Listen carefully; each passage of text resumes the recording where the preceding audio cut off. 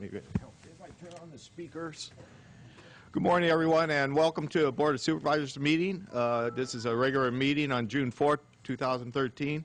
Can we all rise for the pledge and remain standing in honor of our veterans, as last week was Memorial Day, and honor those that gave the ultimate sacrifice for our country and freedoms that we enjoy. Supervisor De La Cruz. Ready, sir. I pledge allegiance to the flag of the United States of America and to the republic for which it stands, one nation, under God, indivisible, with liberty and justice for all.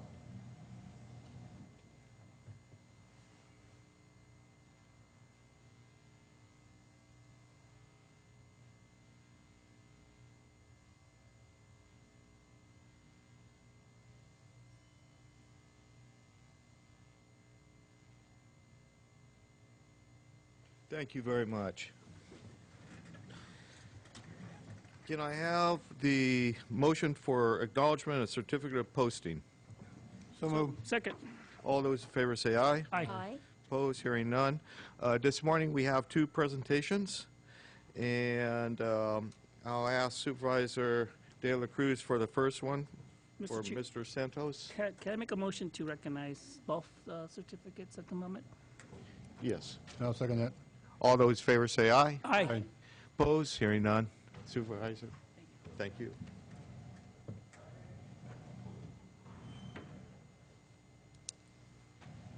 Is it on? Anken, you want to come to the podium?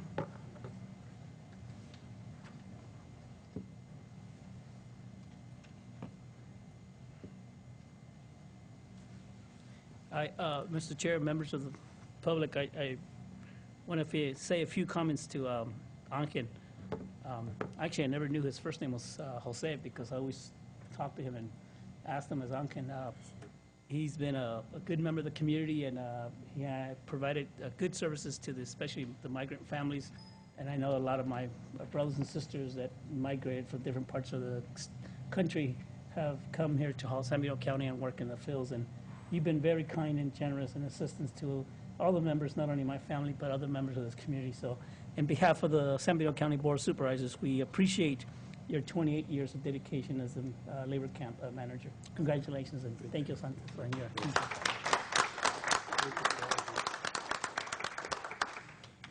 Yeah, Mr. Santos has been out there for a long time, and I had the privilege doing a listening session with some of the folks that lived out at the camp that would come every year, and they would come every year because it was very well ran, and it was a good facility to bring your families, and that's a tribute to the work that you did.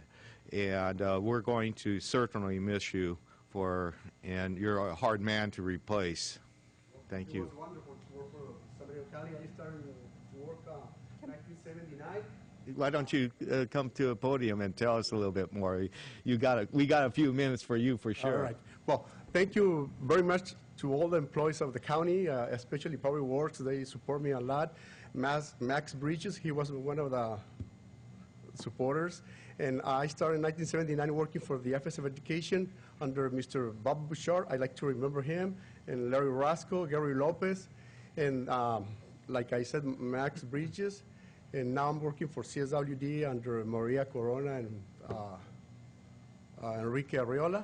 And I'd like to thank all the people over there in Sacramento for the support they gave us to improve in our camp.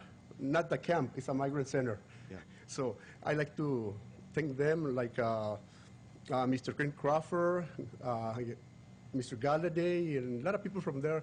Every time I request something for the camp, for improvements, they support me. They send the money and everything. Well, at that time, right now, we were kind of broke, but right now, I mean, they help us a lot. And I hope you guys keep working that camp really good, because the people, they really need the camp. Yesterday, we opened for the regular season, and we turned away about 40 families. They have no house right now. We just have 67 units. So right now, it's all the way up to capacity, but we turned away a lot of families yesterday. But it was wonderful to work for the county, for those field workers that really Thank you. work. And thank you very much to all the employees of the county that support me. Oh. I just want to thank Angel. I've known Angel since I was little. Yep. Known him for a very, very, very long time.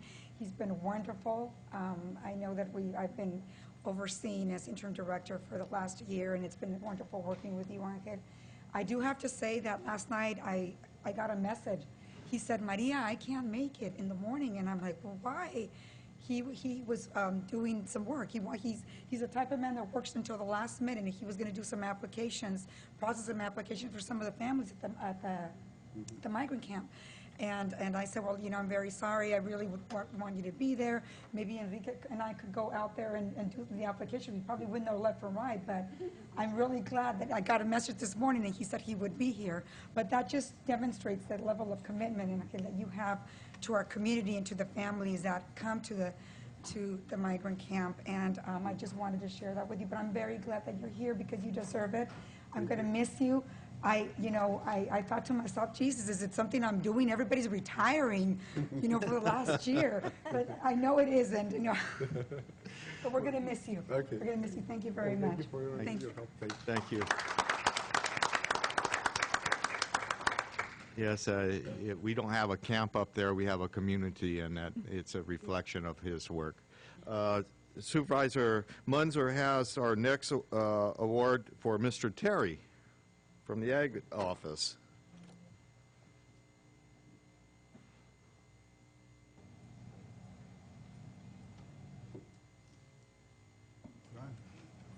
I just want to thank you for your service at the Ag Department and for all the hard work that goes on out there in supporting our largest industry in the county.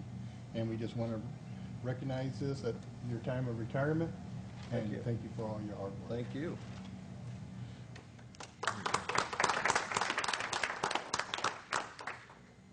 I'd like to thank the board for this recognition. It means a lot. It's been an interesting ride. I spent 45 years in private industry and 5 years in public service, and there is a big difference between the two. Took a little bit of time to get used to it. One of my regrets is that truck they gave me. I can't sneak around because I got that gray truck with the yellow stripes all over it. I'd like to go to Starbucks more often, but I'm afraid to park that truck. I've got a place, though. It's been interesting doing the mosquito control work. I think we've made a lot of progress. It's going to be turned over to someone else, and all I can say is I hope I'm leaving it better than I found it. And Good. Thank you very much. Thank you. Yeah, just a few things I wanted to say. Our office does a variety of different work, everything from weights and measures inspections to certification of organic produce. And so we're always looking for people with varied experience. And that's where Ron Terry's, that's one of his high points, is that he actually, this is his second, well, I don't know if his second career, but he had retired like 5 years ago as our manager for a large production nursery, oversaw about 200 people in a large growing grounds, couple hundred acres. So he came with us with a lot of different experience in not only growing things, but also managing problems that would come up. He also lived in Hawaii, and he took care of a pineapple operation over there. Now, I know our county grows a lot of different things, but we don't grow any pineapples, but still his experience, his ag background was really beneficial for us. And as Ron said, just recently, he was our primary person for our mosquito program. Our mosquito program just got going when Ron took over. Been around for a few years, and with his guidance and management and skills and so forth, he brought the program up to a new level where it's running, very efficiently and very organized. And so, based on from his past experiences, we're able to get that program to, run real smooth, and it'll be transitioned to somebody else now. But we owe it to Ron for the good work that he did with that. So I'd like to say thank you for putting in your 5 years, or a little over 5 years here, and you'll be missed. Thank you.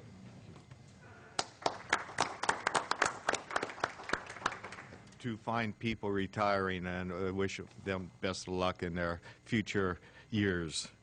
Anyway, we'll move on to public comment, and this is for comments that are not on the agenda today.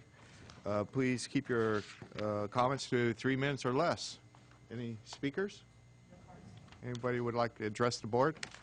Seeing none, we'll move right along to department head announcements. CAO Espinoza. Thank you, Mr. Chair. Yes, there are a couple of items I'd like to bring up. There's two corrections in our agenda, item 14 and item 19. Item 14 is a slight correction. It's not $100,000. It's actually $75,000. And item number 19, the date on there should read June 4th, 2013 through June 30th, 2015. So it's just a 2-year difference there on the date. We would also like to pull item 11. What actually happened with this particular item is that when the clerk of the board was scanning all of the documents in the system, it actually scanned 2 of them at once, and it didn't actually have the first page, so your board was not able to actually read the first page. So we would like to pull that so that way you'd have a little time to read that document. The other item I'd like to bring out is I actually attended CSAC last week. It was a good meeting. There was some discussions about AB 109 and the formulas and how they may change, as well as health care was another discussion, and was able to see Governor Brown's presentation to all of the CAOs and all of the administrators within the state of California. So it was a good time at CSAC. Okay. I also have Maria Corona. She has an item she'd like to present to you.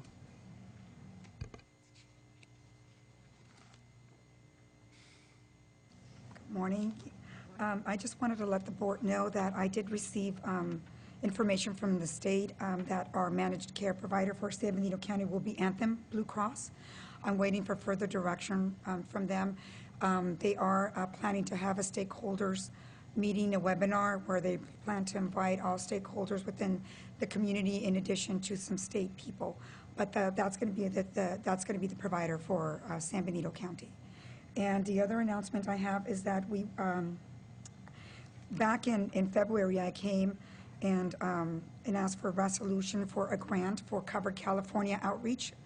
And the grant was awarded to San Benito County, Santa Cruz County, and Monterey County, and the amount awarded was $500,000. We are entitled to approximately $34,000 of that grant, and we're going to be working together as a tri-county to start outreach for Affordable Health Care Act. So I just want to let the board that we did get the grant. Thank you. Great. Thank you. And that's all the announcements we have. Okay.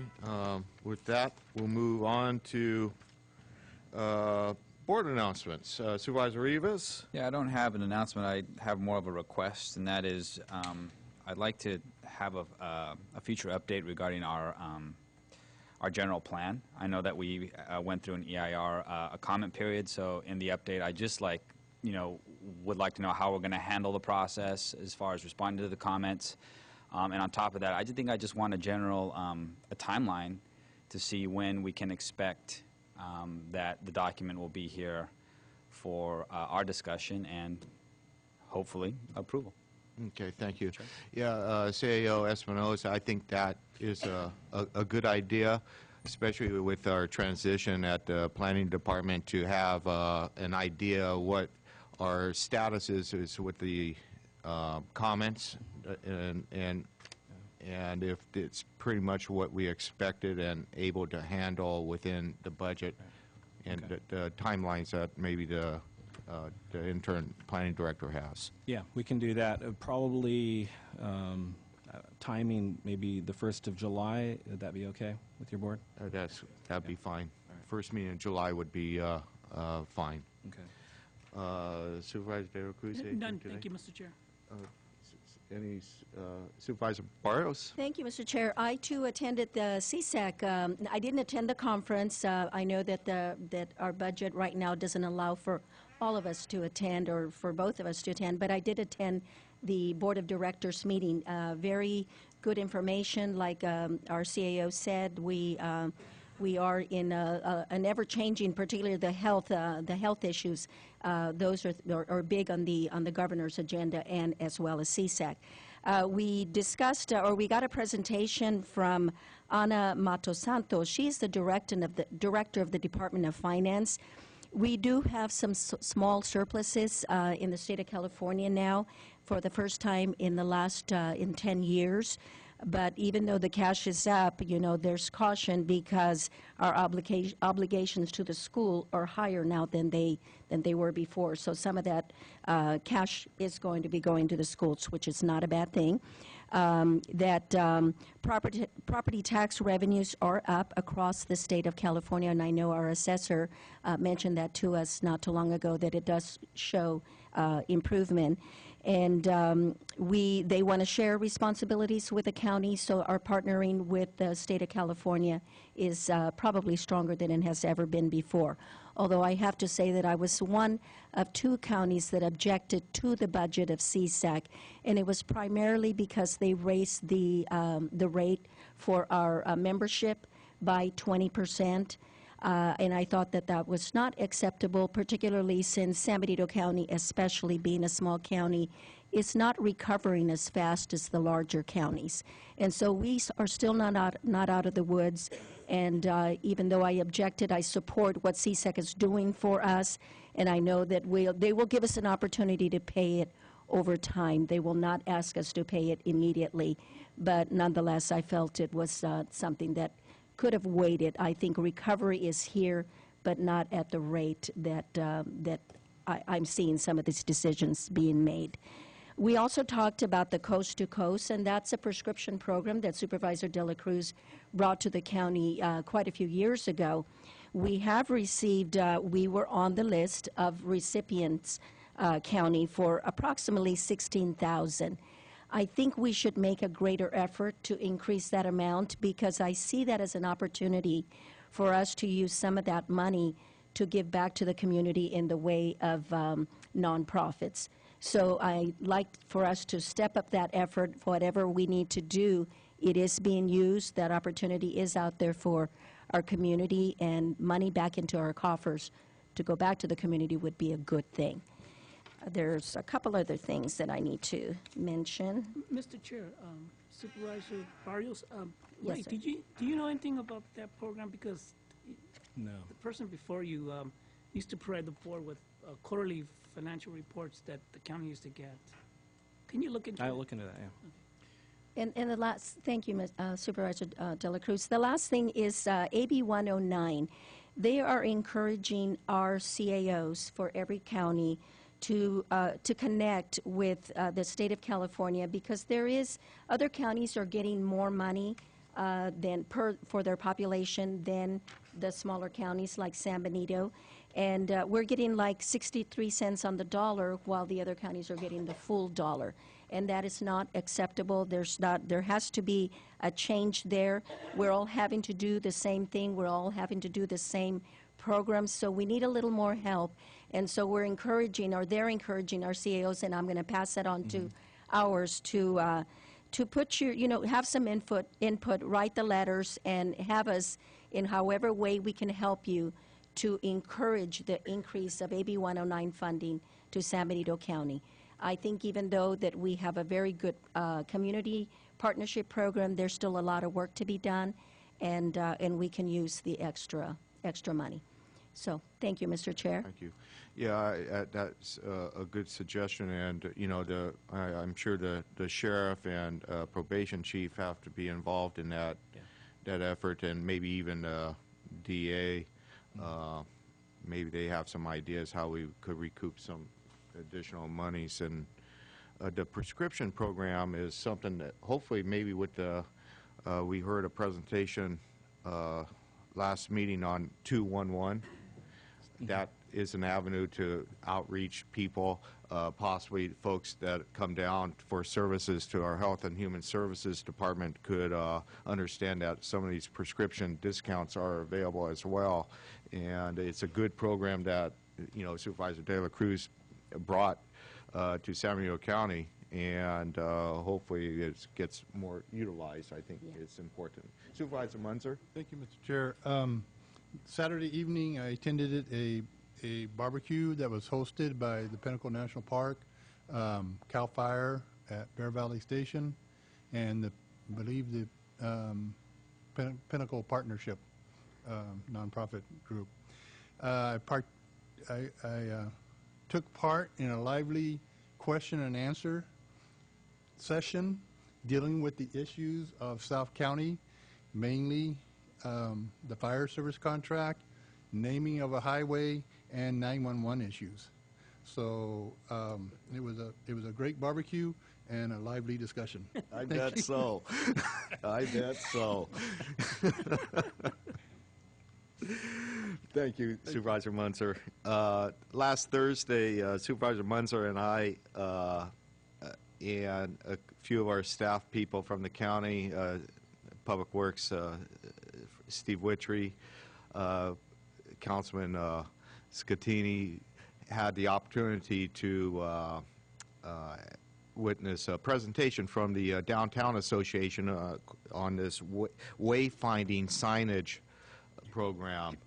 And San Diego County, with our emphasis towards tourism and bringing in people to take advantage of the Pinnacles National Park, our historical downtowns in Hollister and San Juan Bautista, as well as other amenities that San Diego County offers the region and the state. The best way to promote ourselves is through some signage and coordinated signage, and we received a very good presentation, and hopefully we could develop both public and private partnerships to promote our area a little bit better in a coordinated effort. And I want to thank the Downtown Association as far as bringing that forward, and hopefully we could get the word out and work with partners in promoting our county. With that, we'll move on to the consent agenda. Any supervisors who wish to pull any items? We have staff pulling item 11. Anybody else?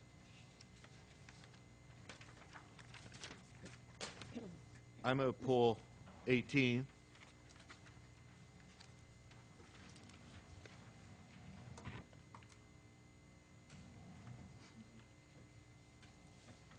We had a pretty long agenda packet just go around. It's about 900 pages, better than 900 pages. Supervisor Munzer? 22.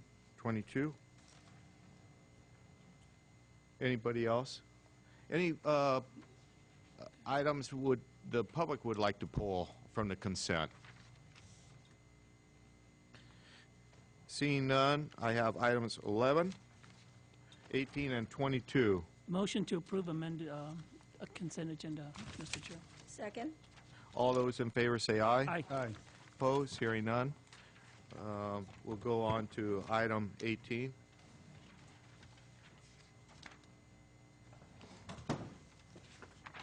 Good morning, Steve. Morning. A lot of information, and maybe you could summarize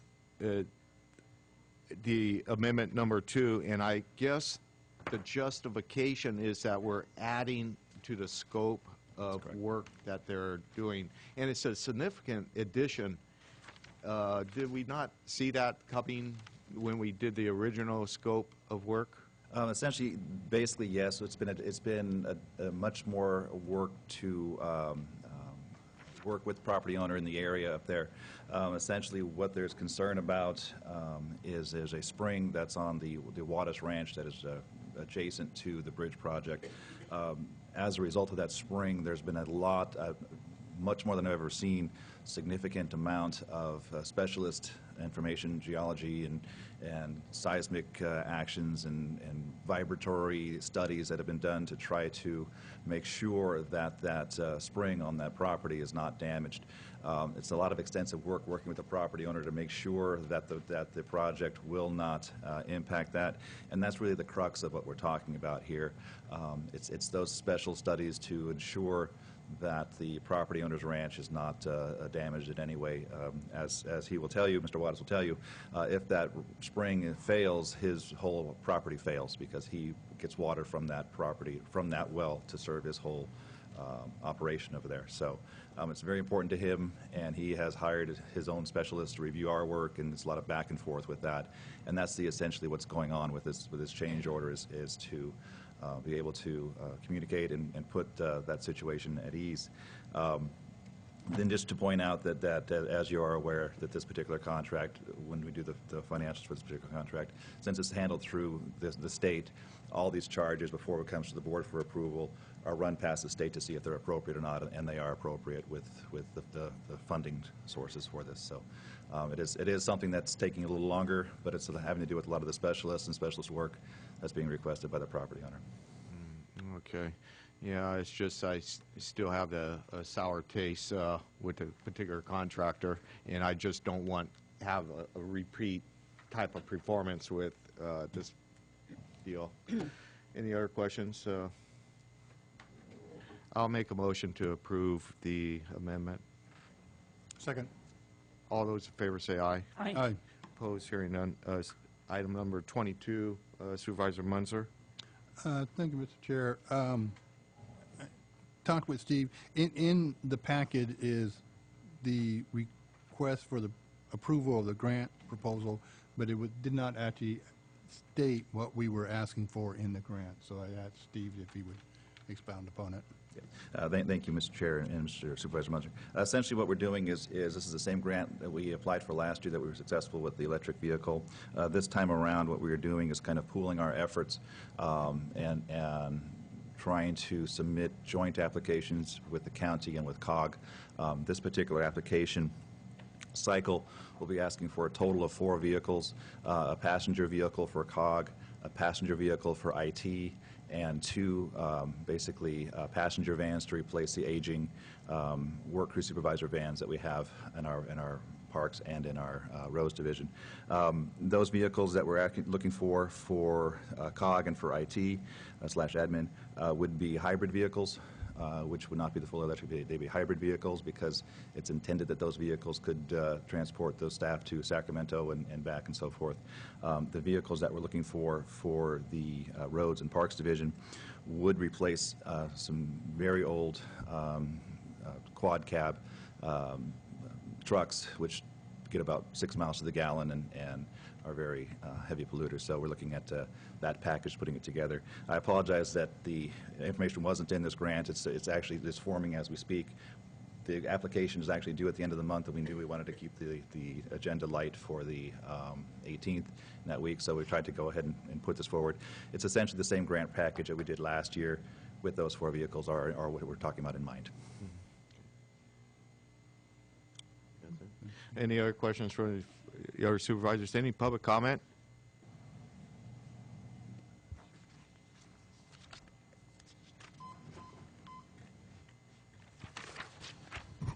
Richard Betancourt, 4140 Southside Road. All I want to know is where the grant money comes from. Is it the taxpayers or some other?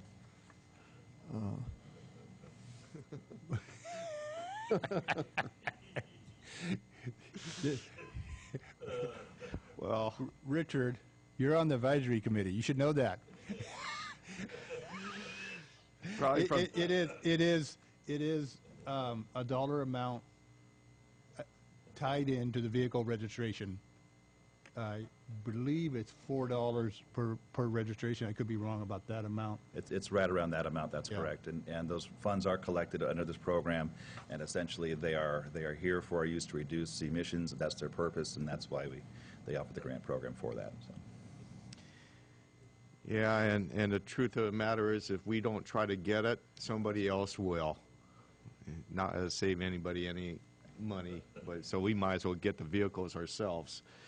Any other questions or comments from the public? Bring it back to the board for a motion. Move to approve staff recommendation. Second.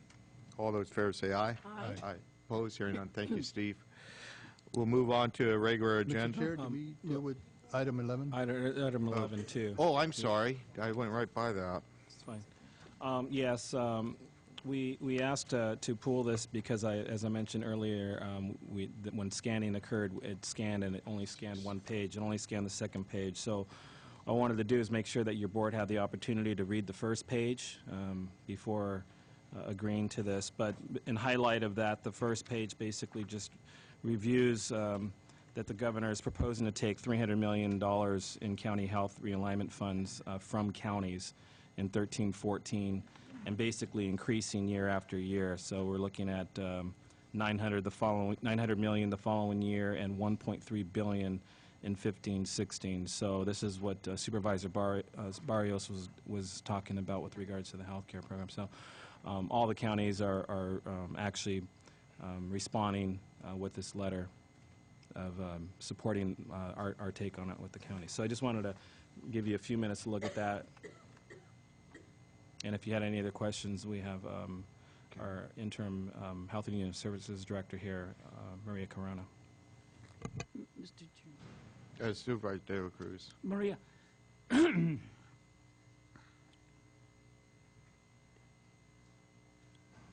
Yes? The realignment funds, that goes to several healthcare issues, right? Yes, it funds public health, EMS. It also provides some funding for the CMSP program, County Medical Services Program. Okay. And if this goes through, statewide, all the counties are very concerned about this. If this goes through, it places all counties at risk. And this also could potentially hit in-home support services too? You know what? I'm not sure about in-home support services. You know, you know what? I'm going to say likely yes, because in-home support services is linked to Medi-Cal as well, and this is part of the realignment for health care services. Yeah, but my concern is that the in-home support is funded through a combination of state, federal, and local matching. So if the state's going to drop it, then that means the federal government's going to drop it, and then are we going to be forced to drop it too? The rate. I'm not sure, Supervisor De La Cruz. My My understanding is that the responsibility is going to fall back on the county. In other words, there are programs that are going to be, needed, and the county's probably going to have to figure out a way how to pay for these services. That's why this letter of opposition is letting the governor know that we are not in agreement with him to taking the realignment money at this time. So do you feel that by this happening, our safety net budget amount, is that going to get hit hard down the road? Yes. Oh, yes, definitely. It is. Yes. It's going to hurt. It's going to hurt us and as well as other counties. Because I know that last year we budgeted $5,000 or $50,000, and so far as of today, it's only been used not that much, and that's because you guys are doing a good job making sure that once a person walks in, you try to qualify them for a program. Yes. Now that funds are going to be drawn, it seems like they might hit the safety net account. Yes. All right, thank you. Okay, thank you. Any Thank you, other Mr. Chair. Comments from the supervisors? I just think we should support it, Mr. Chair. I think it's important. That was one of the items that we spoke about at the last CSAC meeting, and so I strongly urge the board to support the letter. So with that, I'll make a motion. Okay. That we I'll go ahead. second it, Mr. Chair. Before we accept the motion, I'll take public comment. Okay.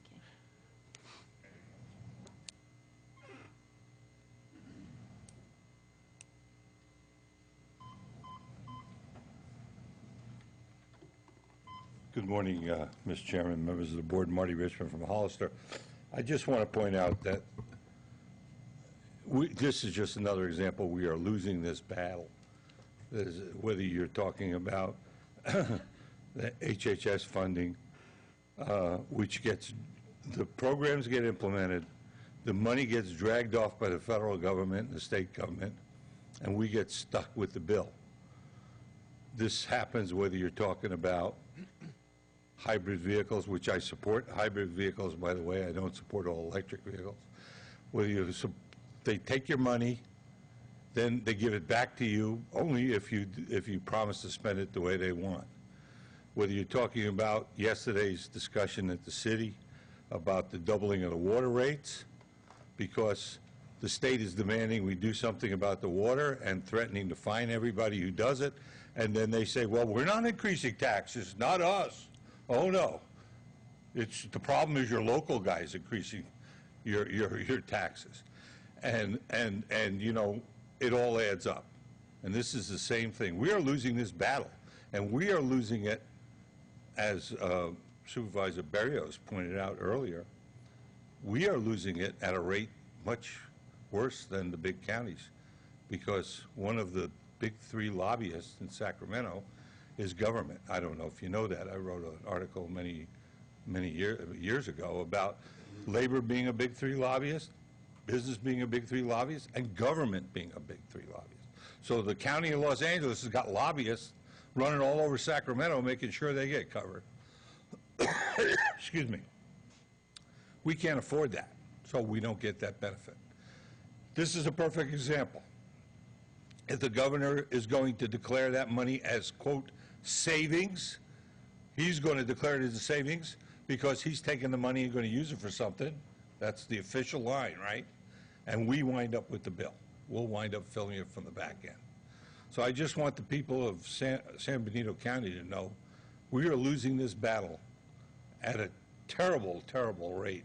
And what it's going to mean is a lower standard of living for everybody in every rural county in the state of California. Thank you for your time. Thank you. Anyone else?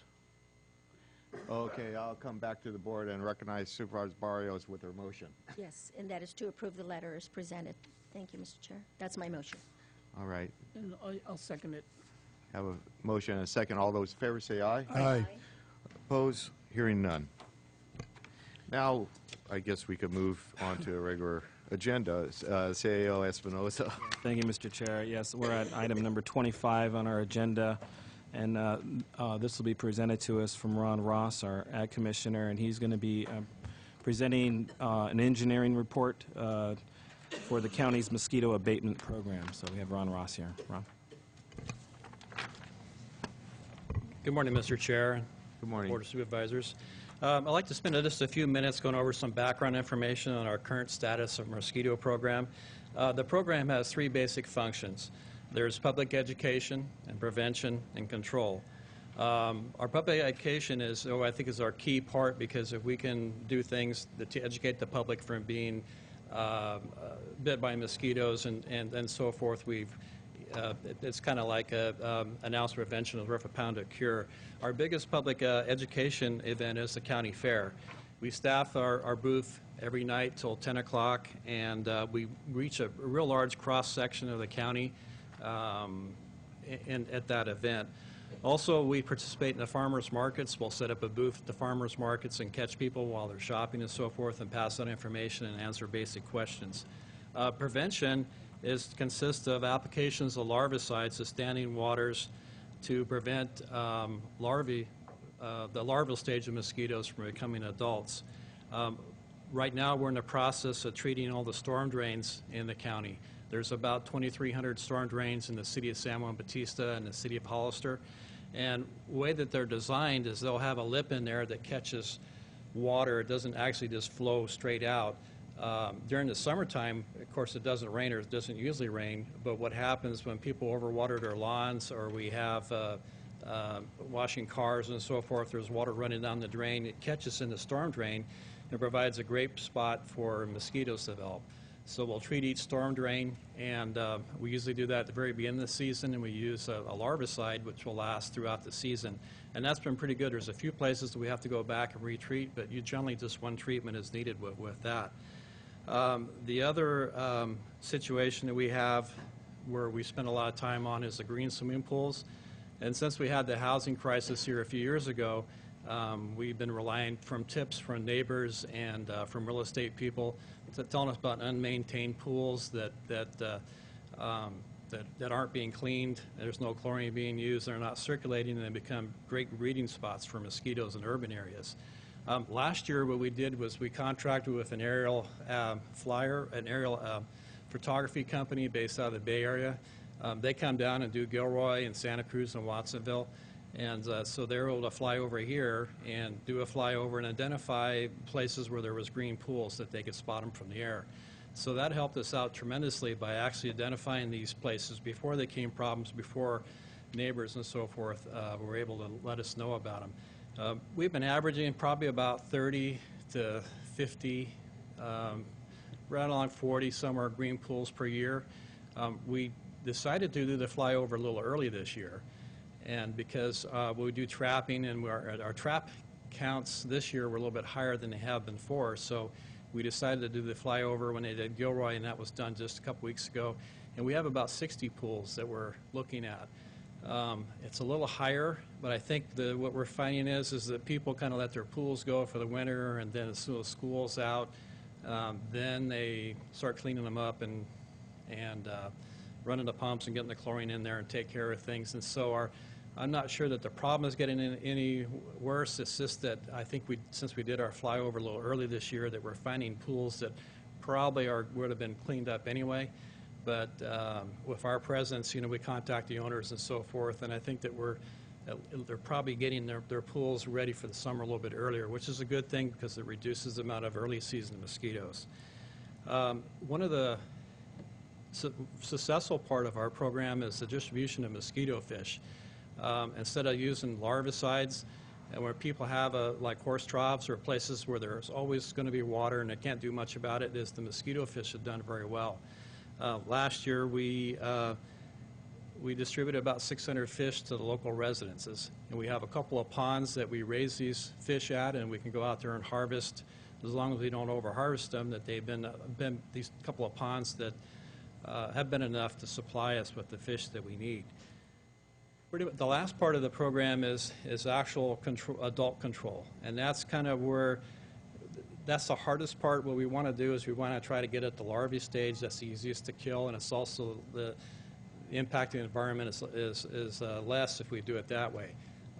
With the adult control, that's when we actually do fogging. We didn't have to do any large-scale fogging. In fact, we never had to. But last year there were 4 locations in rural areas, just real small areas, where we did do some fogging, and for a couple of times just to try to knock down mosquitoes to give those residents up there some relief. As far as what the assessment and so forth, the mosquito abatement program is funded entirely by property tax assessments. And each year the engineer's report, which you have a copy, is prepared to determine what the assessment should be. The rate hasn't changed since 2009. Currently it's at $10.08 per single family equivalent.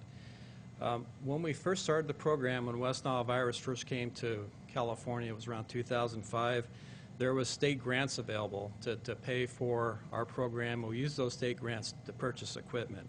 And since then, we haven't purchased any equipment, and that equipment is starting to get it to the age now that we need to be thinking about, having a replacement fund for it. So that's what the engineer's report identified this year, is that we need to increase the assessment so we can have a fund available to start replacing some of the equipment that we purchased with state funds. The assessment, we have the ability to raise the assessment, or the board has the ability to raise the assessment based on the cost of living. And if you take a look at the cost of living since the last time we raised it, we could actually raise the assessment up to $11.15 a single family equivalent. But the engineer's report determined that we don't really need to go that high, that $10.90 should be sufficient to fund our operations. So our recommendation is to accept the engineer's report on a preliminary basis and adopt a resolution of intent to levy the assessment for next year. And then a public hearing is required to set the assessment, and the hearing is scheduled for July 9th. Okay. Any questions from the board? I have one, Mr. Supervisor Chair. Barrios? Thank you. Ron, on the estimate of cost, there is a line item, and you may have alluded to that by maybe some of the equipment. The other incidental costs, are those, do those pertain to what you were talking about the equipment getting old and needed to be replaced? Are you talking on the budget, or? Yes, on the estimate of costs, and that's on page of the agenda. It's on page 434 for Okay. $8,116. Okay. Is there a page number at the top of that document? Let me look. At the very top of the Of the page, you have that, yeah, page 20. 20. Okay, let me turn to that. And that is the cost estimate for the year 13-14.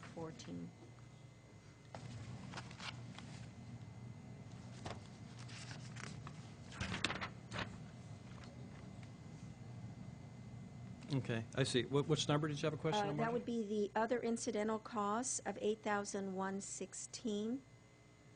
When it says other, I always would like to get a better explanation of what those incidental costs, at least maybe in parentheses with an idea of what those might be. It's $8,116. Right, yeah, I see that. And I have no doubt that, I saw the consultant's report, and it's quite, comprehensive. I have no doubt that these are things that are needed. I just would like to know what Yeah, specifically. I'm sorry I can't answer that. What happened is we thought a form is different, and from there, the engineer then does a report. And so I'm not sure, It's got a footnote. oh, does that It footnote? says incidental costs and it footnotes Okay. it, but I don't know what these, it says includes allowance of public agency parcels, county collection charges, assessment. Okay. I think what that is, Margie, and I'm pretty sure, now that I've seen what the footnote is that there's also, they do have an allowance for uncollectible assessments, and that's part of the money right there, and then there's some other charges that may have to happen because of the way the assessments are run.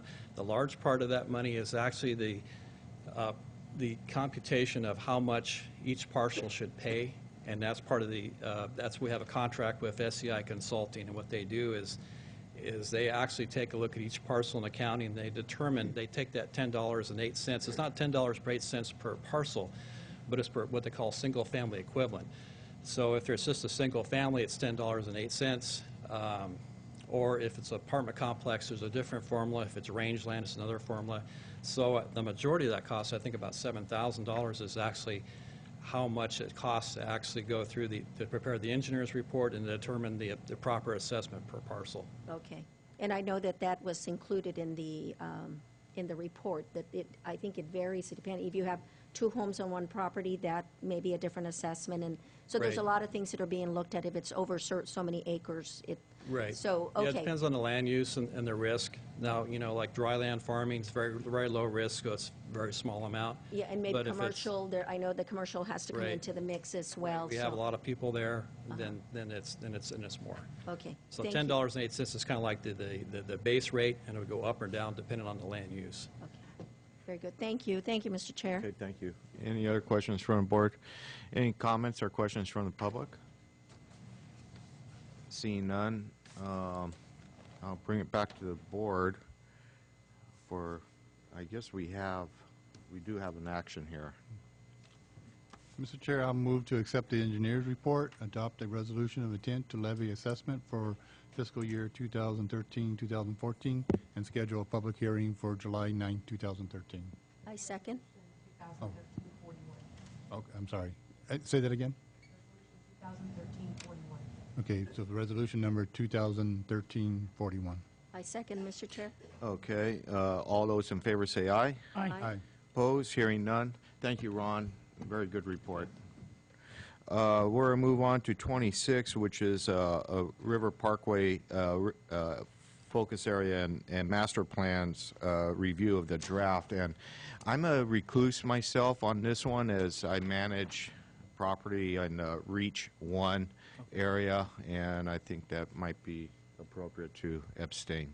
Mr. Chair, I will have to do the same because I own property at the other end of it. We got the bookends, Supervisor Munzer. I'll To abstain too, Mr. Chair, so let's just have the meeting off. Kidding. I know You're he's kidding, of course, Supervisor De La Cruz. And I'll assign you as Chair Pro Tem. Sure. Mr. Chair Pro Temp, can we wait for Supervisor Rivas so we can Absolutely. have Let's take the a 5-minute break. Okay, thank you. Is it going?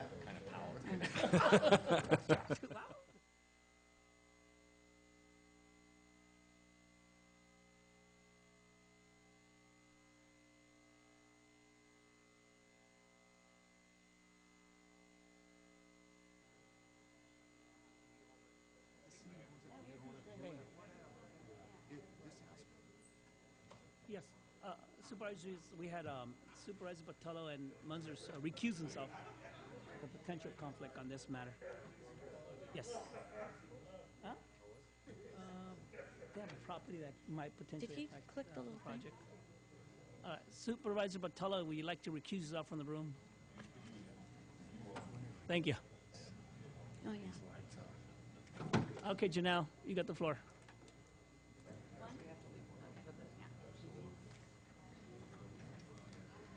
Okay, good morning, Board. Hold I on a have minute. today, Janelle, hold on 1 minute. I know, I was trying to, hopefully they would stop. Let's let the audience continue the conversations, and then when they're done, we'll start our meeting. Okay, you may continue. Okay, you have before you today 2 draft master plans. One is for the San Benito River Parkway. The other master plan is the River Parkway Focus Area and Regional Park Master Plan. The process I'm going to go through today is just to briefly walk you through the documents to highlight some of the features inherent in the documents. This process began in March of 2012 with the establishment of an advisory committee. We held 2 community meetings, and the projects were presented before the Parks and Recreation Commission. So you have the input we received from those community meetings and the commission meetings that have been compiled into the documents before you today. To quote Tom Peters, a well-known American author on business management practices, celebrate what you want to see more of. So today, we celebrate a community working together to create a vision for a 20-mile multi-purpose river parkway along the San Benito River and Tres Pinos Creek corridor. This trail will stretch from San Juan Bautista to the County Historical Park and will be complemented with a regional park that's centrally located adjacent to downtown Hollister. The multi-purpose trail provides the opportunity to recognize and appreciate the beauty and value of our agricultural lands and cultural heritage, to serve bikers, hikers, and equestrians on various surfaces, and provide additional recreation opportunities such as a disc golf course and bird watching. The community envisions a regional park that fosters land stewardship and provides educational opportunities. Cultural and theatrical music venues, there's opportunities there with a proposed amphitheater, sports fields, and an aquatic center that will serve both youth, teens, and senior adults. It also proposes enhanced economic opportunities, such as some retail vendors, the sports complex for tournaments, and some bike rentals. At the core of all celebrations is thankfulness. So I'd like to thank SSA Landscape Architects, and I have with me today Steve Sutherland. He's the principal for SSA Landscape Architects and the partner on this project. I'd like to thank SSA Landscape Architects for completing an outstanding assessment of the existing site conditions, working in partnership with staff and the community to gather input on the projects and compiling the data into the master plans before you today. I also would like to thank the advisory committee and residents of San Benito County for providing input and recommendations to create the River Parkway and Regional Park master plans and the conceptual designs included in them that meet the needs of the residents of San Benito County and create opportunity for economic viability. Here's the list of the advisory committee so you can see that there was a mix of both private agencies, the YMCA was a partner, other public agency, Hollister Hills was with us, the city of Hollister was a partner. We had recreation commissioners present, San Juan Bautista. There was 2 community representatives that were present, Julie Morris and Jim Osdick, who represented the community at large on this advisory committee. You had your transportation organization in COG that was represented on the advisory committee. And then, of course, the high school was is a partner on this project. So what you see inherent in these master plans are the visions and goals and concepts that were identified by the community. The community wanted to see a multi-use trail that would serve hikers, bikers, and equestrians. And so you see that in the documents. The community wants these projects to be accessible to all abilities and all ages. So you'll see multi-staging areas throughout the course of the trail. You'll see paved and unpaved trails. There's, so you have the access for the mom with the stroller or the mountain bike rider or the equestrian on the dirt trails. The community wanted there to be economic opportunities, and so there will be development and maintenance partnerships, potentially some Field of Dreams corporation that may want to come in and build you your sports complex. There's retail vendors, theater options for that stage area that we're proposing, and the sports complex will provide opportunity for additional sports tournaments. The community is looking for a healthy lifestyles, and so the trail will provide the opportunity for a 20-mile stretch to ride bike, to jog on. The regional park itself will have a community center to provide recreation-type classes. There's basketball proposed, there's pump tracks, there's various picnic facilities and sports centers for the youth proposed in your regional park. Educational opportunities will be abundant in life labs both at the regional park and then along the trail. There will be attempts to conserve the natural resources and the habitat by ensuring that the trail is placed strategically, or that there be lookout areas to provide for the maintenance of those natural resources and habitat. And then finally, there's intent to connect these projects with the region's agricultural and cultural and historical heritage. We have the San Juan, the De Trail, San Juan Batista, and of course the agricultural and ranch lands that the trail will meander through. So let's briefly walk through the master plans before you. I'll start with the River Parkway.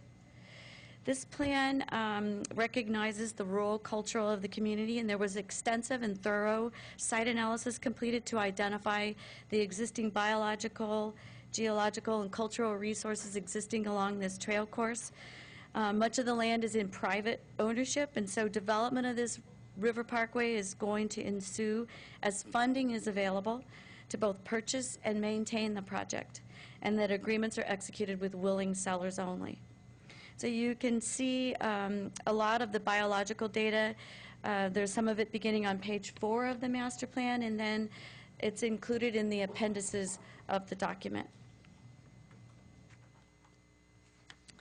There's no specific trail alignment as identified in this master plan because of its extensive ownership by private landowners, and so as land becomes purchased or easements developed is where we will begin the development of portions of the trail. So you may see it develop hodgepodge here and there as availability becomes, as it becomes available to us.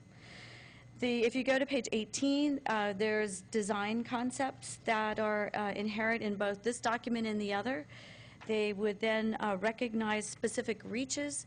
The trail has been divided up into reaches that will then complement the specific topography in that particular portion of the trail.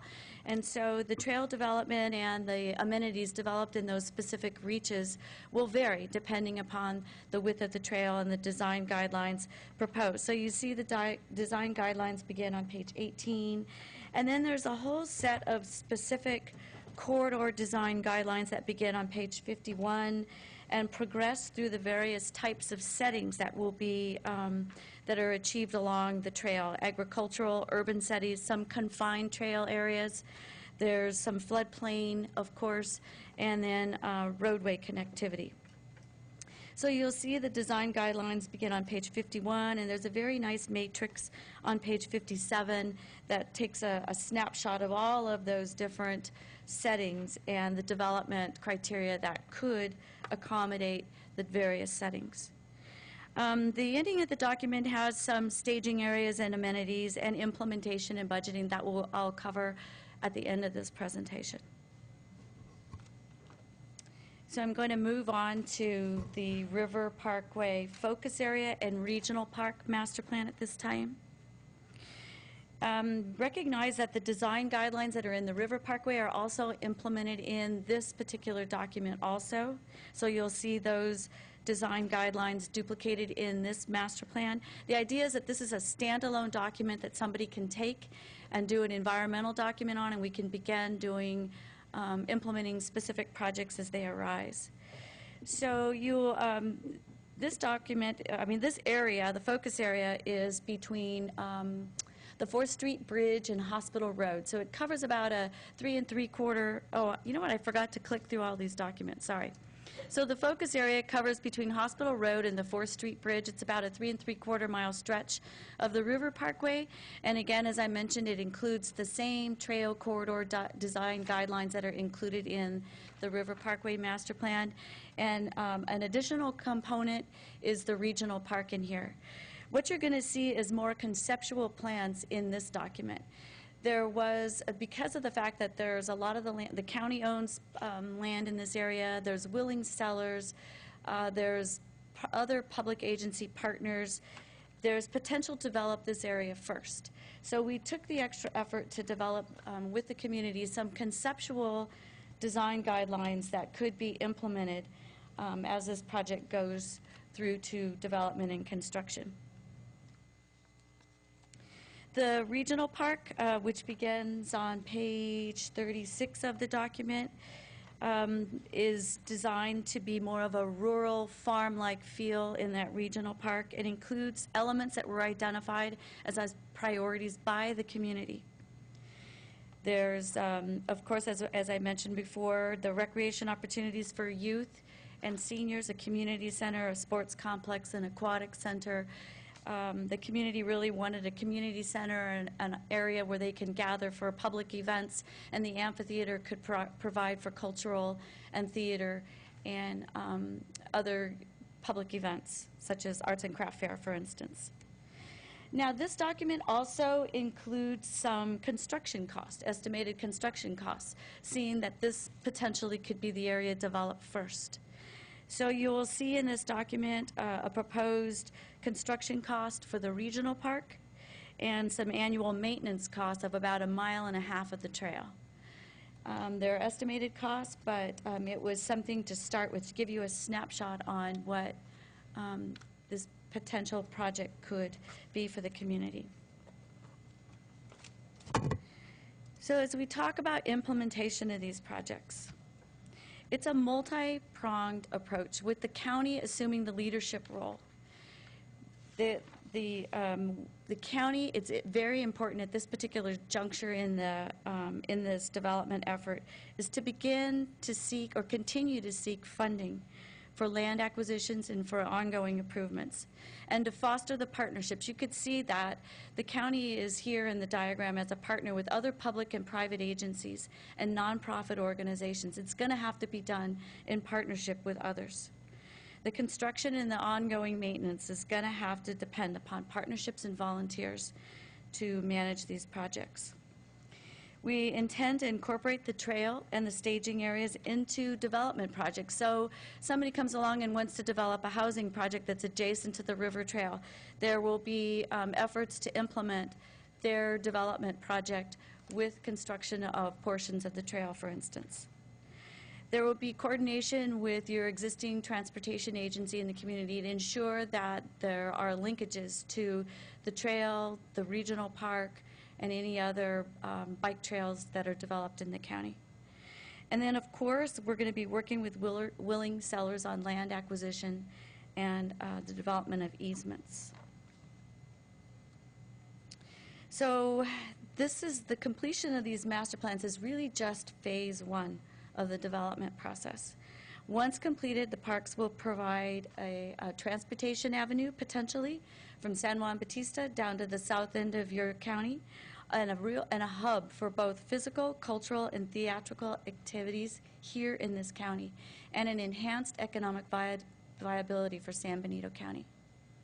The next steps is to proceed with the environmental review. Public Works has negotiated agreements that are coming to you for the environmental review that is expected to take about 9 to 12 months to complete. With your recommendation today, I would like to recommend that we proceed with an outreach effort that will create sustainability for parks and recreation in San Benito County. The components of that are going to be the establishment of some parks and recreation champions in this community to go and talk to as many folks as we can in this community about the importance of these proposed projects and to gain participation in their implementation. We need to develop a sponsorship policy that can go forward so that we can begin to obtain sponsors for these projects. And then these projects, I would like to present the projects to both public and legislative representatives as they proceed through the environmental process so that we can begin to develop those foster those partnerships that for the development and maintenance of the projects once we're able to fully implement them. So I'm going to end today as I started, to celebrate what you want to see more of. And I thank the residents of San Benito County who support enhanced parks and recreation opportunities for the community. And I thank your board and the boards before you who supported the development of parks and recreation facilities in San Benito County. And without your vision and support and direction, the master plans wouldn't be before you today. And so with that, I think I'll open it up for questions, and Steve and I will answer anything you may have on the master plan or the processes proposed. Okay. Any questions from fellow supervisors? Supervisor Rivas? My question is, well, I have a few questions, but the first one is in regards to the environmental review. It's a 9 to 12-month process, but I guess the environmental review will focus on the specific focus area that was included in this packet, correct? There's going to be two efforts. What you'll have is a program, and I'll let Steve elaborate because he's more attuned, but what you'll have is a program-level environmental document for the whole river trail, and then there will be a more specific project-level environmental review for the focus area. And Steve, please feel free to elaborate. That's essentially what it is. It'll all be wrapped into one document, though, programmatic for the entire reach, and then project level so that we can act on that regional park. Yeah. Great. Thank you. Actually, Thank you. Steve, this is all in one document, right? Or one document and a bunch of little It'll be small one. ones? It'll be one document that'll be folding in together both processes, because there's only one environmental review for that. Like I said, it'll be program level, which is basically a 30,000 view of the entire stretch, and then project specific to the regional park. Got it. Okay, thank you. Supervisor Rivas? Yeah, and I guess just to get some clarification, you know, I've read through the document, and specifically on the River Parkway Focus Area and Regional Park Master Plan booklet, specifically on page 38, 39, where it talks about the regional park and the conceptual plan. I think it's something that we can all support, and something that you know, is very exciting for not only the board but for the community, and really for the opportunity that is that it represents. You know, but you know. And, you know, I like to think that I'm a visionary, that I want to think out and say, hey, you know, some of the decisions we make here are going to have a positive impact on our community. But then I look at the, you know, but I'm also a realist, where, you know, I see the problems we have with our budgets. And then I see, you know, a proposed budget for this plan to be realized of between 37 million and $41 million. And that's a significant obstacle, in my opinion. And so when I look at this, is it possible for the board to plan this regional park in specific projects? Like if we phase it in with like maybe, you know, the softball complex. Is that the idea, or you know? So, you know, because when I look at this, I honestly look at this. When I look at the price tag, I'll probably be dead by the time this thing's up, you know. And I'm 33 years old. So when I look at this, you know, if I look at the process of phasing it in, maybe this is something we can accomplish within a few years if we have the softball fields. So. Absolutely. And when you said vision, that's what this is. It's a vision. There isn't any funding in place for it. So absolutely, this can be phased. I think probably one of the next steps would be to prioritize what is the most important part of the focus area plan. Would it be the sports fields? Would it be the aquatic center? Would it be the community center, the education opportunities? That's a next step I think the community needs to take to decide what are the priorities. All of this can be broken down into $500,000 chunks or $250,000 chunks. And a lot of times, master plans like this will get revised in 25 years, and things may drop off that were important 25 years ago that never got funded. So it is just a vision, and it's a starting place. If I could add something on that, without this vision, without this paper, without this document to take to those other public and private agencies, we really don't have a plan to present. So it's an opportunity to have something to present to other sponsors and partners to achieve the development of these projects. And if I could add one other thing to that, on the same line, a lot of state and federal grants require plans to be in place. Okay. So when you have this document and a grant pops up that's for trails or that is for aquatic centers that deal with disabilities, all of a sudden you've got a plan ready to go. And everybody else is scrambling trying to get a plan together because they've thought about it, but they don't have a plan. So it really gives you a leg up when it comes to grants. Gotcha. And that was my next question, was I understand the process of seeking these partnerships and how important it is. And so what you're telling me is once we establish these partnerships, the likelihood that we could secure some grant monies is much higher. It's much, okay, great. Thank you. Thank you. Supervisor Pardo? Thank you, Mr. Chair. First of all, I want to thank SSA. This is an incredible document. Thank you. And it is not a cookie cutter document. As I went through it, I thought, this is San Benito County. This is the vision that the community gave you and you put it together. And so I really appreciate that. I also want to thank, you know what, my speaker's not on. I also want to thank the community because if you look at the diversity of the people that served on that, Absolutely. you've got all different types of activities they'd like to see, and that is reflected in this report. Right. So why are we doing this? You know, for me, it's like, I agree with Supervisor Rivas, and actually I'm twice as old as he is, and I plan to be here when this is done.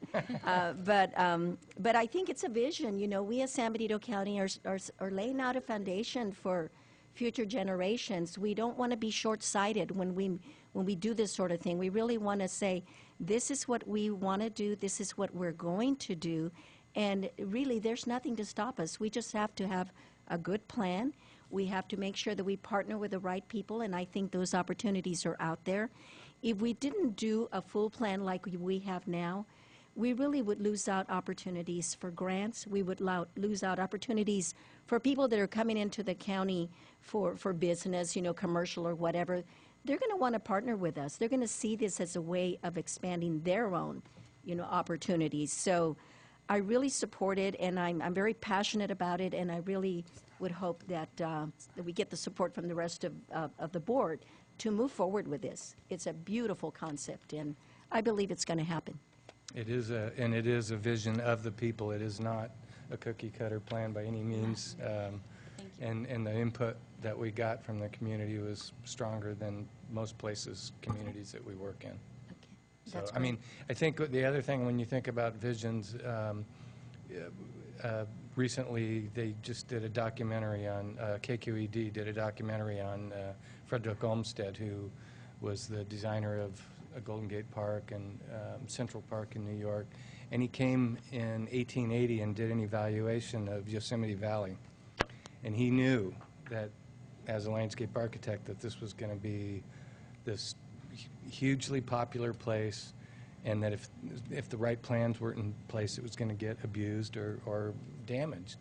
And I think you guys, it's not Yosemite Valley, but it is a unique place in California with this natural river corridor and the beautiful views and everything. To have this vision, you know, now the national parks disregarded, they just put his report on the shelf. Now they're pulling that report out and they're saying, we need to go back and do what he said over 120 years ago. So these plans are important.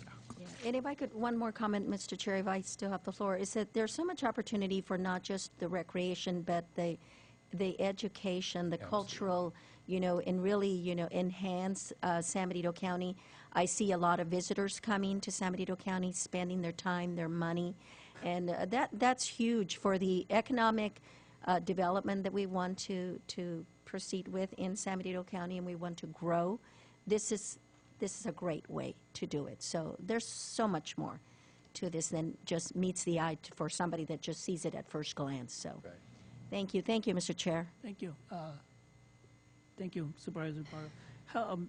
Janelle, I'm just looking at this advisory committee here, and I see that there are 2 representatives from the community that well, actually, I don't even know. It seems like everyone is coming from an interest, and I just wondering if you could have gotten more ordinary, working citizens that have no relationship to any organizations or nonprofits.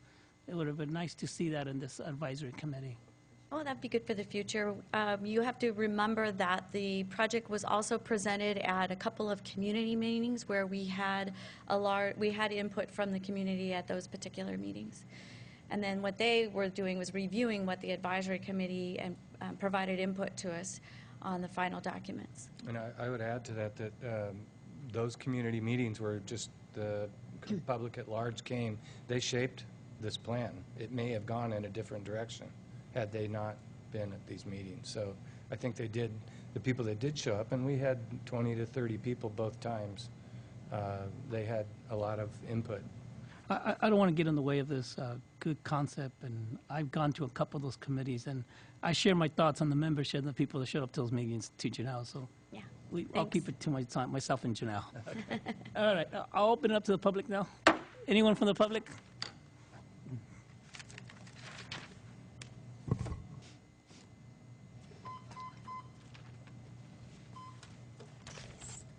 Good morning, Julie Morris. I work with the Community Foundation for San Benito County.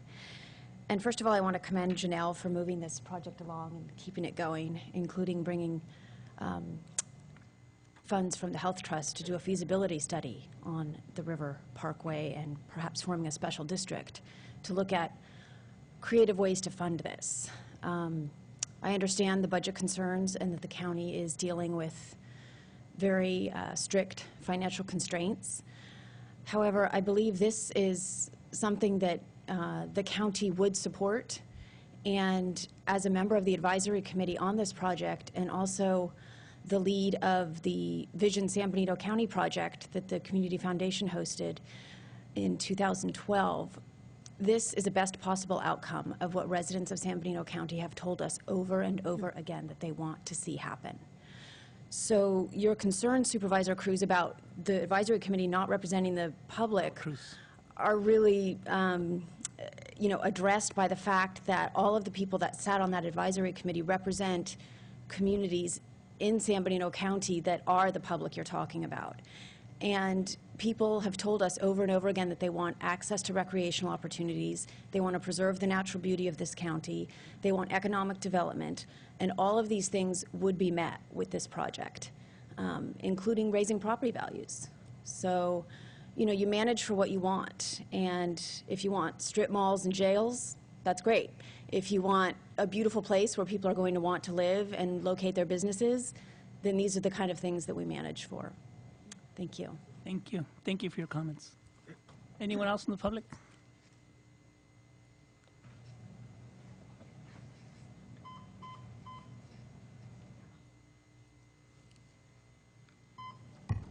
My name is Jim West, 35 Franklin, San Juan Bautista.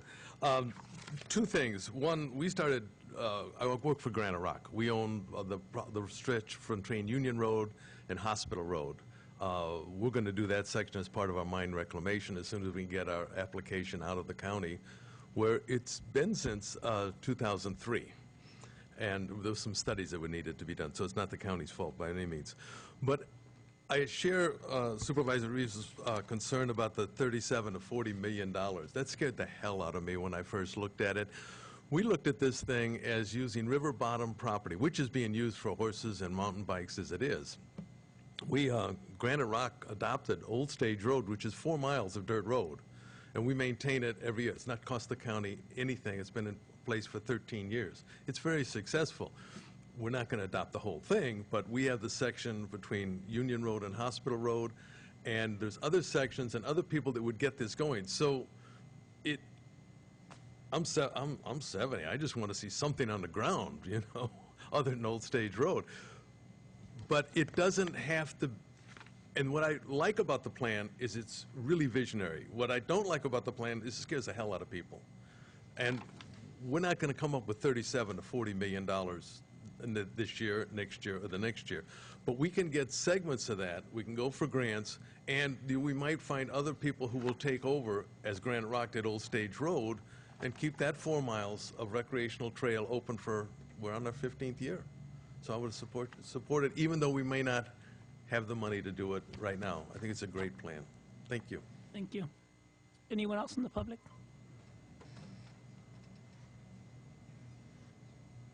Mr. Chair, could you make record of that comment that Jim West just made a little while ago? Yes, duly noted. Be still my heart. You know, that's wonderful to know that there's already people out there that are showing interest and that want to partner with us. We'll send them an invitation. Yeah, send them an invitation. Okay. Anyone else in the public? No, and I'll close the public. Okay, what's the pleasure of the board? I would like to make a recommendation, Mr. Chair, that we proceed with the outreach effort that was put up there.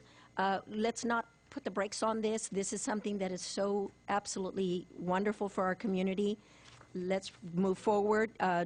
Like I said, proceed with the outreach effort, do the environmental review that Steve talked about would take about, I think, 9 to 12 months, and talk to the community about sustainability, opportunities, and just continue moving forward. So that would be my... That's a form of a motion? Well, I can do it as form of a motion, absolutely. Okay, so that's your motion? That's my motion. Okay, is there a second? Okay, we have a second. All those in favor say aye. Aye. Aye. Against? Motion carries 3-0. Thank you. Good job. Okay, let's move on. Actually, let's call Anthony.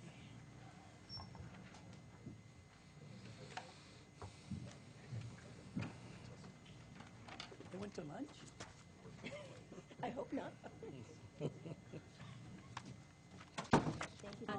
Water fountains that are donated. It is amazing, and it's huge. I mean, it's not as big, so our river park is unique. It's very, to the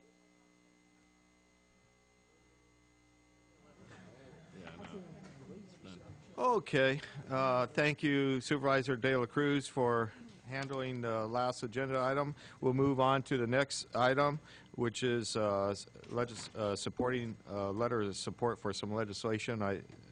I guess CAO Espinosa. Yeah. This particular item is our item number 27 on our agenda, and this is going to be. We're going to have Barbara Thompson here. She's our Assistant County Counsel to discuss this matter with your board. When this matter was before the board, I think approximately 2 meetings ago, the board had asked that a letter of support be brought back to the Board of Supervisors. And so we've drafted a letter of support that would be drafted to the subcommittee that's going to consider this legislation, and also to the Committee of Natural Resources, just so they have it on file. And then we'll send a copy also to Congressman Sam Farr. And it's just a letter of support for this legislation, and I'm open for any questions that the board may have. Okay.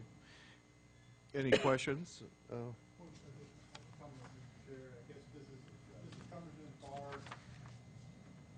Sorry about that.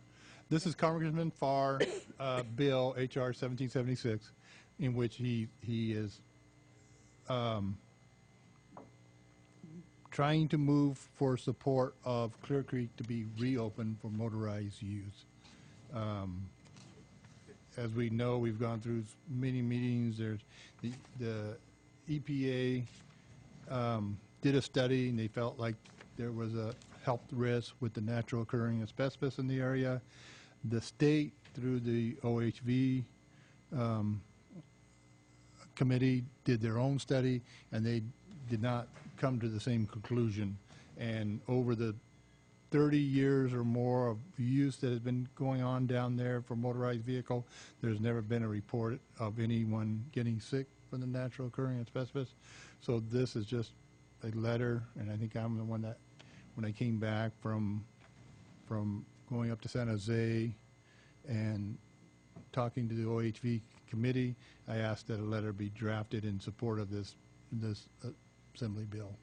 So Barbara has written it. Right. The one of the, towards the end of the letter, this legislation would designate the Clear Creek Management Area as a national recreation area, designate OHV recreation as a prescribed use within the national recreation area, provide that the management plan of the Clear Creek National Recreation Area, including OHV routes, open areas, permitted OHV events and other activities be as set forth in the 2005 Clear Creek Travel Management Plan.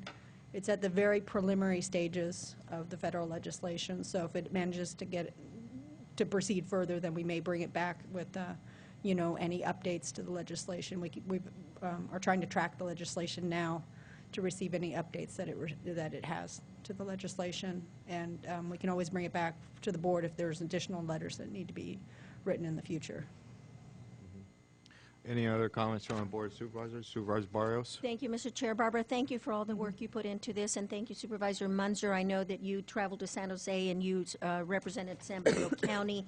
We have been trying to do this for so long now, and it really was, as I had expected back when I sat in a chair over there. I wasn't a supervisor yet. They were closing Clear Creek Management Area. They said 2 years. 2008 was the start of it.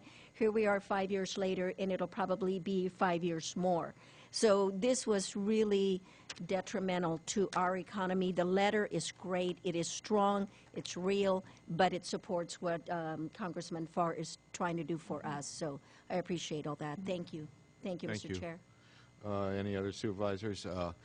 I have felt very strongly about the utilization of the Clear Creek area for the public use, and felt that it has been wrong, that BLM has been restricting the use by the public, and this just reiterates San Bernardino County's position that it's in our interest, in the interest of our businesses, that it is reopened for full utilization of those public lands. And I certainly support the letter. It did a good job. Saturday, I'm going to go to an event. I don't know if any other supervisors are going to Sam Farr's event in Monterey. He's having some recognition on 20 years of service in Congress. I'm going to make sure that he knows that we supported his legislation with this letter, and urge him to continue to work hard for San Bernardino County to see this through. Anyway, with that, I'll open it up for public comment.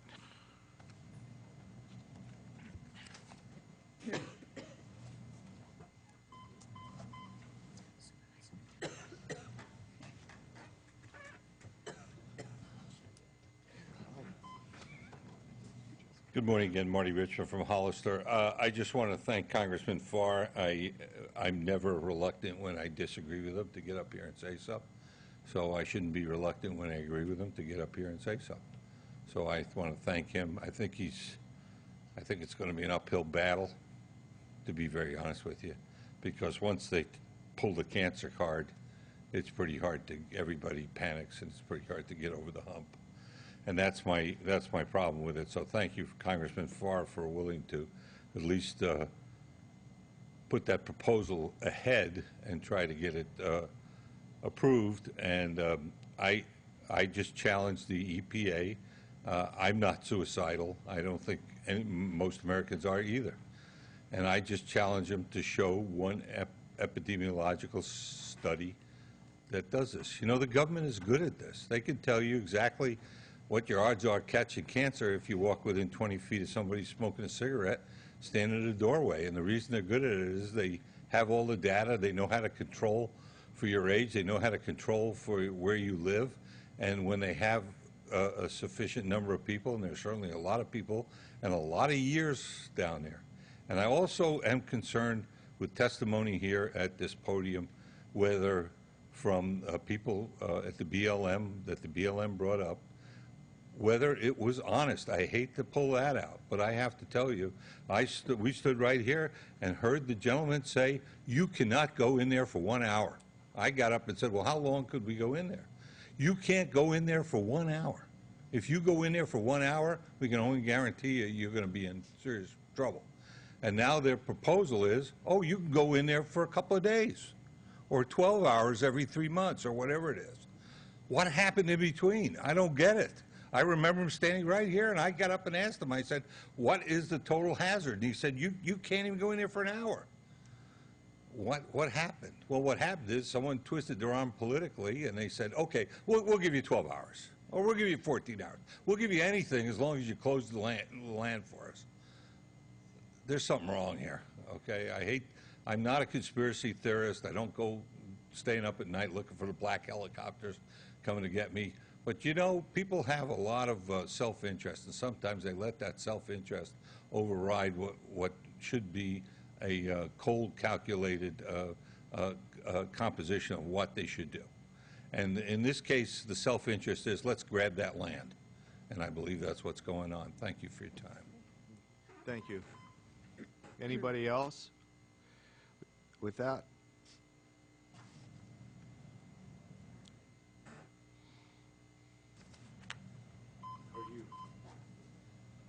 How's the board doing this morning?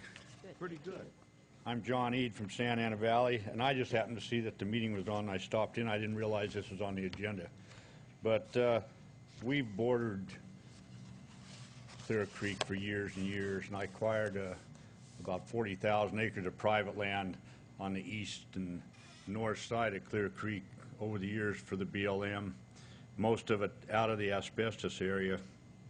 And I don't know how many of you people have been down from Idria or Clear Creek and gone clear out to Joaquin Rocks. We acquired all that all the way out to the end where you can look down on Kalinga.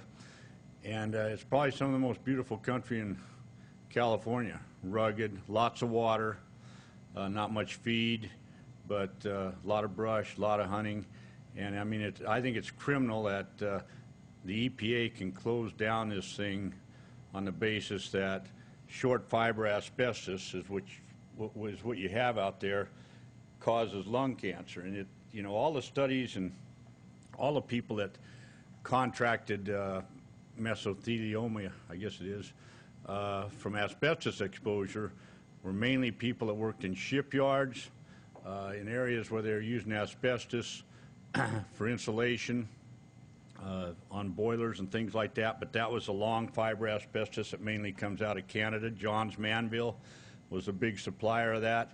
And they've never had a case where people have worked in this short fiber asbestos like we have down there, whether it was Atlas Mining, John Manville had a plant down there, and King City Asbestos, which was the old Union Carbide stuff. And I know people that have worked in that stuff all their life. They smoke cigarettes. I know Herman Akers dozed in that stuff. He smoked from the time he was 13. He died at 93 of prostate cancer. And he was in asbestos all his life and never contacted it. And to close down that many thousand acres of public land in this county and deprive the businesses in this county to make money on the business that thing generates, I think it's criminal. I think the county really needs to fight it.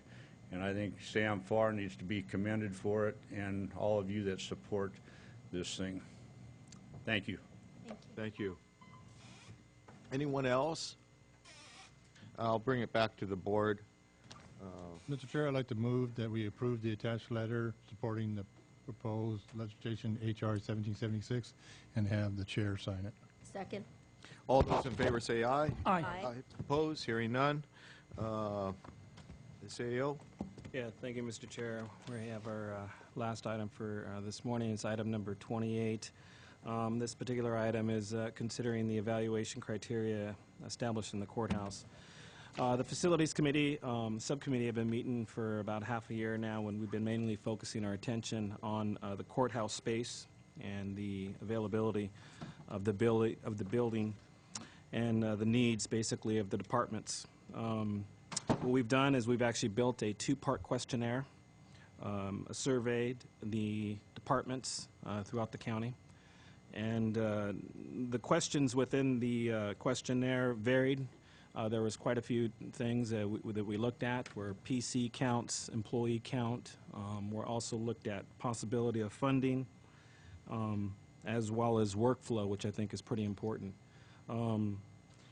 So what we have here today for you out of the committee are 4 topics and evaluation criteria, requesting your board to value or weigh in on the ranking of how we want to evaluate these particular items. So basically what we wanted to do is present this to your board. Supervisor Patello, Supervisor Barrios has been a part of that committee along with our Public Works Director and Adam as well. So we've been evaluating that and looking at that. We just wanted to bring it back to your board for discussion and to look at how we could weigh those values out or weigh those criteria out. Great. And before we take a presentation from the Public Works Director, maybe Supervisor Barrios and I could give a perspective as far as how we're trying to come up with a good way to utilize the available footage. Supervisor Barrios. Thank you, Mr. Chair. And yes, as our CEO said, Supervisor Patello and I have been part of this Facilities Committee, and this has been high on the list. We are going to have the courthouse available, more space for us. I believe it's about 10,000 square feet. Ray, is that correct? Yeah. And the departments actually have been giving us input as to what their needs are. So this was established from that input. And it's important to note that we have a lot of records in this county that are not in one place, and they are not secure. And these are records dating back to the 1800s that are in horrible storage conditions that we need to consider making sure that we secure them, put them in a good place, in a safe place. And so that would also have an effect on the importance of the space. And I also want to note that Trindell, which is our insurance company, is going to help us through this process because there are areas in the courthouse, the old courthouse, that really are risky. They need to be looked at, they need to be addressed.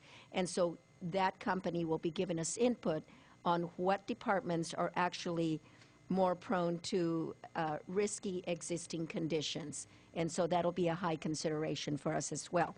So our thought was to bring it to the full board, help us with the ranking, what is most important to us, and then with a point system of 100, and then get input from the departments as to their needs, continue to get input, and then be able to use this as a way to decide who gets what. So there it is in a nutshell. Thank you, Mr. Chair. Yeah, thank you, Supervisor Barrios. And yeah, it's not as easy as it sounds, Right. because there a number of our departments, as Supervisor Barrios has mentioned, is in need of space and secured space and a realignment, so to speak, that is to last for a long, long time. So this requires a lot of thought. There's a cost to this, depending on who moves where and how and why. And it's a decision that the Facilities Committee feels that the full board needs to participate in, and then we need to go back to the committee and staff levels to analyze it and bring forward a plan that is thought out completely. So, Public Works Director Wittry.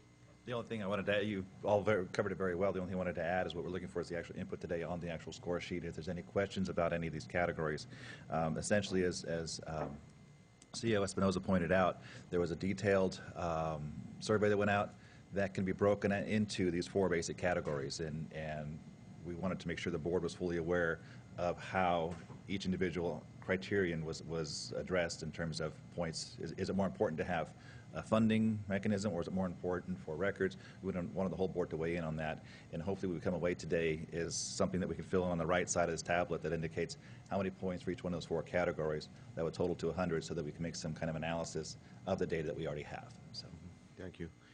Yeah, I think it's important that at some point in the near future we get information that has been available through the committee to the rest of the board members to for their assessment valuations. CEO Espinoza. And so let's kind of add to that, and for clarity, just so the board's aware, so when you look at the evaluation criteria, when you look at the points acquired, that will be something that will be discussed again with the facility subcommittee. But right now what we want to look at is the maximum points. So if you look at the ability to provide revenue what we're talking about weighing in, a weighted value would be, let's just say it's 40 points for that particular item. The next one, this is just an example, the next item would be liability for the courthouse with the stairs, so maybe we're weighing in at a value of 30. And then the next item may be 10 and 20. So that just gives you an idea of what we're discussing, about what weighted values, and whatever you decide as a board you want to weigh in at another value at a higher rate, that's fine. So, Mr. Chair, Yes, go. does it has to be a department that will go in the 10,000 square feet space? What I was thinking, maybe some type of business that can really generate rent for the county. Well, it's something that is, certainly could be discussed. And I don't know if there are businesses out there that are, willing to, be elbow with a county department. I'm just thinking out loud, did you guys take that into consideration, or was it all just departments that you took into consideration? Well, it's The survey went to all quasi-county departments as well as county departments. So one of the respondents did actually indicate that they could pay very close to market rate at COG because they're looking for a new space as well. That might be a consideration. That's why the rent payments on there, if that's important to the county to get revenue from that, that's you would weigh in that. Yeah, I see what you're saying. So okay. we have not specifically looked for a private entity to go in there, but there are some other arms. There's no need to get a private if we're going to get rent from a department. It totally makes sense. Yeah. And there's different ways of providing for that revenue. It's like, for instance, COG, express an interest in if there was space available and made sense. They currently pay, what did we pay for rent? A couple thousand a month. Something like that. $3,000 a month, and maybe we could offset some of our costs, charging them $1,500 a month, or I don't know if we'd move that department over, and that could be a source of revenue. But I think what we're wrestling with as a committee is that we have some real departments that in the building itself right now that are deficient. Elections, for instance, is a department that is not very conveniently located and with equipment and public accessibility, and that's a very important function of our services. So it requires some thought, and that's why we came up with this evaluation. So this evaluation. Yeah. Go ahead. Thank you. So this evaluation is actually took all those thoughts into consideration, and they have meanings. And so the discussion today is how much points rate we will really want to put on all these. Okay, that's good idea. Right. Okay. I think, I'm okay with the criteria. I think the efficiency one, a bit of a stretch for me. Is it going to be efficient to the public? Is it going to be efficient to a department head? I know some of our departments, you look at elections and you have Joe Paul Gonzalez, who's in charge of elections, auditor. Does it make sense to move his operation here in this building over there? But is that best for Joe Paul, so he doesn't have to walk over here anymore? Or, I mean, honestly, that's how I look at it. And I think that a criteria that's not on here is we need to assess the needs of the community. What is best for our residents as far as not only efficiency standards or rents, but does it make sense to maybe move the Office of Education over and let's expand our library? So I think that it's important that we have a criterion there that addresses the needs and the wants of the community. How we do that, I don't know. Is it through a meeting and we have some public comments? Is it through outreach efforts that we do as a board and have our staff do? I really don't know. But I would really like to see a component where we are actually being proactive and seeking the advice of local residents. Yeah. Supervisor Barrios, before. Yeah, thank you, Mr. Chair. And that's a very, very good point. And that's precisely why we did go to the departments, even though we didn't do a specific outreach to the public. The departments who serve the public know their inefficiencies in serving them. And so, yes, these efficiencies are not just for the department heads, but it is the efficiency for serving the public. So yes, that was taken into consideration, and it'll, so when you think about efficiency, think along the lines of not the efficiency for that department specifically, but the efficiency of providing the service to the public. So I think I'm in the right direction, am I not? That's exactly correct. Yes. Supervisor Munzer? Thank you, Mr. Chair. I appreciate the work that the subcommittee has done on this. Looking at this over the weekend, it didn't mean a lot to me because I didn't know all the, things that were going on in the background. And so I talked to Ray yesterday evening and asked him if he needed the input from the other 3 board members today, or could we have a little bit of time to dissect this and simulate it and maybe talk to some department heads ourselves and then give our input into it. And he indicated that it was a possibility that maybe we could take this, think about it, chew on it, and check with department heads and then come back with a rating system. Because I think I appreciate it. I appreciate that the fact that it is coming to the full board, but we may need a little bit of time, or at least I do, to come up with an answer for this. Yeah, I didn't think we expected a decision or a direction so much today as much as kind of lay out where we're at as a committee, and the last thing we want to do is just have it as a lottery popularity contest to make it easier for one department over another. It's about, what is best for the future use of, our government buildings. Yeah, So- Mr. Chair, I too concur with Supervisor Munzer's. I do appreciate the subcommittee's work. Thank you for allowing us to have input on this matter, because typically, I'm not accusing my fellow supervisors, but I know there's been times in the past where it just came out of committee and we recommend this, and I go, wait a minute, what happened to all the other discussion? So thank you for giving the opportunity for all 3 of us to give our input into this. I think I have to support, and I will give it some more time to think, but I think I have to support the rent payment as one of the top ones. I have to. It totally makes sense.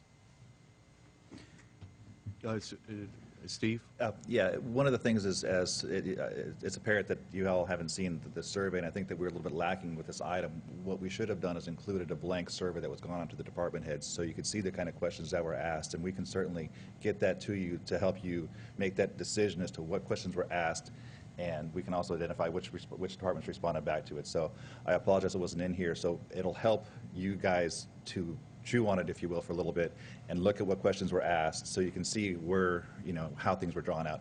And we kind of jumped the gun a little bit, saying they all 4 kind of fall into these 4 categories, but I think we need to have more groundwork for you to be able to determine what that actual questions were asked, so you can see how we got there. So we can get that to all you through interoffice memo the next, Yeah, and I really think, as I mentioned earlier, that there's some information that we need to get out to the other board members before, then they could chew on it and probably make a better evaluation as well and understand where the committee's coming from. With that, I'll open it up for public comment. Any comments from the public? Okay, seeing that there is none, bring it back to the board, and there's really no decision to be made today, except perhaps we could put get a little bit more information out to the full board, and also we'll come back and revisit this in a period of time, say, what? We'll look at the June 18th agenda and see how we're doing with that. If we notice that there's a lot of items on the agenda, we'll put it for the first meeting it might in be July. after that a little bit. Probably be the way we'll go. So that's what we'll do. We'll get out the questionnaires to you, and then we'll schedule for then. Okay. All right. That, thank you very much, Steve. That concludes our regular agenda for this morning. We'll be back here at 1:30 for the Planning Department agenda item on the appeal. Thank you.